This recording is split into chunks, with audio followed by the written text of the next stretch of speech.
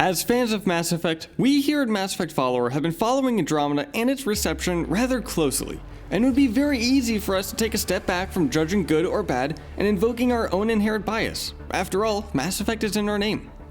But it is because we are huge fans of the series that we ultimately felt the need to examine some of the problems that the game faces. Now, we'll admit right off the bat, we enjoyed the game. Be sure to check out our other video about all the things that Mass Effect Andromeda did right for some of the reasons why. But enjoying something does not preclude recognizing its issues. So here are a few things that we personally feel are problems with Mass Effect Andromeda.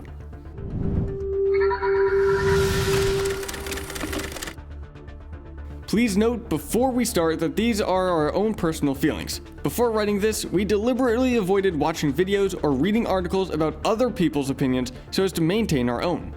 As such, this may not be a complete list by your standards or others, and please do not think that that was what we were trying to do. We simply felt that by expressing our own genuine concerns, informed only by playing the game itself, that we could present a more transparent and honest case. Also, heads up for spoilers. Now let's start with the low-hanging fruit, animations. The fact of the matter is that the facial animations are bad. At launch, words rarely matched with what the character's lips and female writer's signature creepy smile made certain cutscenes bizarre experiences, even sapping from some of their intended effect. Perhaps it's the gaming community's general mockery of the animations that make most players hypersensitive to them, but there is no denying that with or without the vitriol that they are simply not as good as many other games. Of course, the recent patch has made huge improvements, especially in particular characters like Addison. In fact, if the game released with the current look, we are certain that the issues would have never become so prominent. So we're glad that they're a lot better now. After all, it was the community's constructive, and often not so constructive, criticism that helped drive BioWare's rush to fix this problem.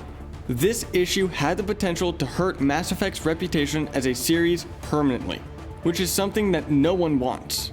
As the series moves forward, we're hoping that BioWare can continue to deliver and respond to fans' input. Next up is something that's a little bit more difficult to patch. Mass Effect Andromeda's story and writing are generally pretty good, but we noted a handful of loose ends and issues that stood out to us and are worth mentioning. Every once in a while, we found an awkwardly phased or delivered line that pulled us out of the experience. It's by no means the rule, and in our experience, not very common, but it does happen often enough that we remembered it as a problem. There are a handful of loose ends towards the end of the game as well that we'd like to mention. Through the quest to explore your father's memories, you discover the mysterious benefactor, and the fact that Jean Garson was murdered instead of dying in the Scourge. But the problem is that neither the identity of the benefactor nor Garson's killer are revealed, and the motive for the killing is not even given to us.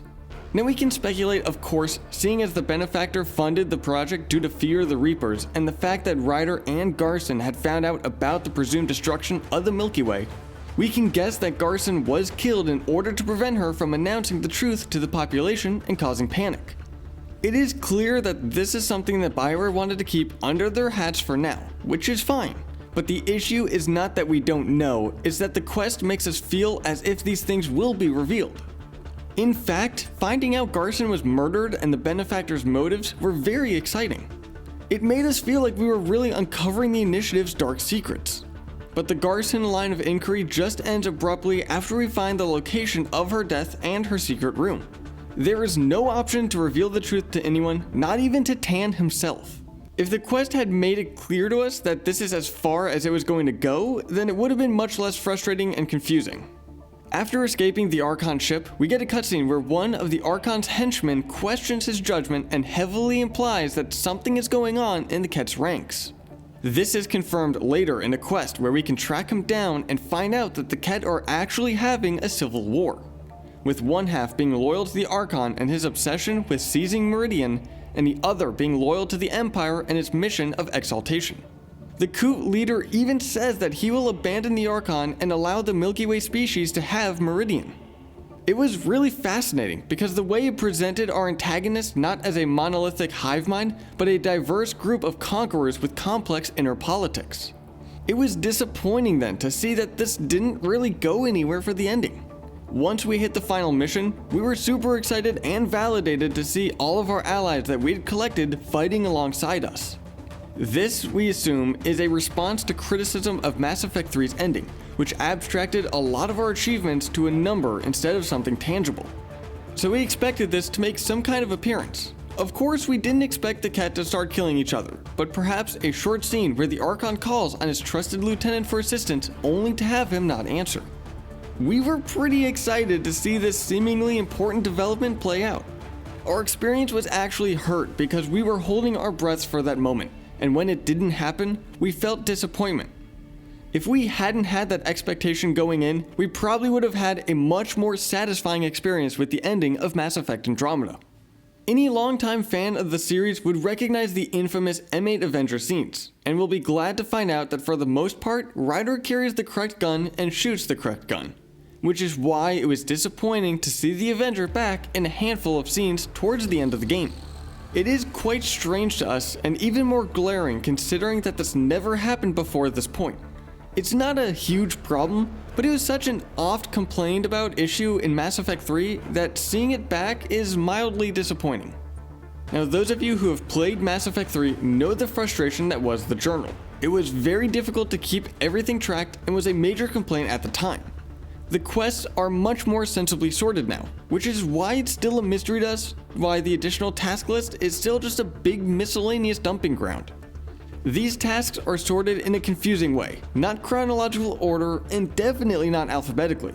It's hard to tell which planets each is assigned to, and the tasks that require you to travel to many different planets don't tell you which planets are left. Larger quests are already sorted by planet, so why not these? Now, speaking of planets, another minor annoyance is that we can't board the Tempest without departing the planet. Of course, we recognize that the cutscene for leaving is to mask a loading screen, but we'd be more than willing to take an unimmersive screen in exchange for speed. As it stands, going back and forth is just a hassle. Before the patch, the major problem was the travel between planets. In our opinion, the views are incredible, and the first few times it was truly captivating. After a while though, this became tedious and really turned us off for exploration. Of course, now that this animation is skippable, we're really grateful for it.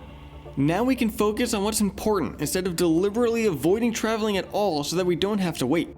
As Mass Effect Andromeda stands, we think that it is a great game that brought us a lot of enjoyment. But as longtime Mass Effect fans and passionate players, we would be remiss to ignore the myriad of issues that the game currently faces. The patch fixed the more urgent issues that could be changed within a short time frame, but reputation and public perception can't be fixed so easily. That said, we believe that a lot of the internet outrage over Mass Effect Andromeda is overblown. But the fact of the matter is that the game has flaws, and the complaints, no matter how exaggerated they are, has a foundation in fact. So what are your opinions on this? What are some issues with Mass Effect Andromeda that you've had? Let us know in the comments down below, and while you are there, give this video a like and hit that subscribe button, and I'll see you in the next video.